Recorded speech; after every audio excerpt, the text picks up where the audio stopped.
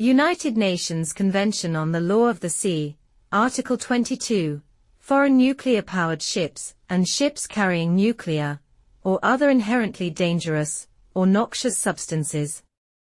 Foreign nuclear-powered ships and ships carrying nuclear, or other inherently dangerous, or noxious substances shall, when exercising the right of innocent passage through the territorial sea, carry documents, and observe special precautionary measures established for such ships by international agreements.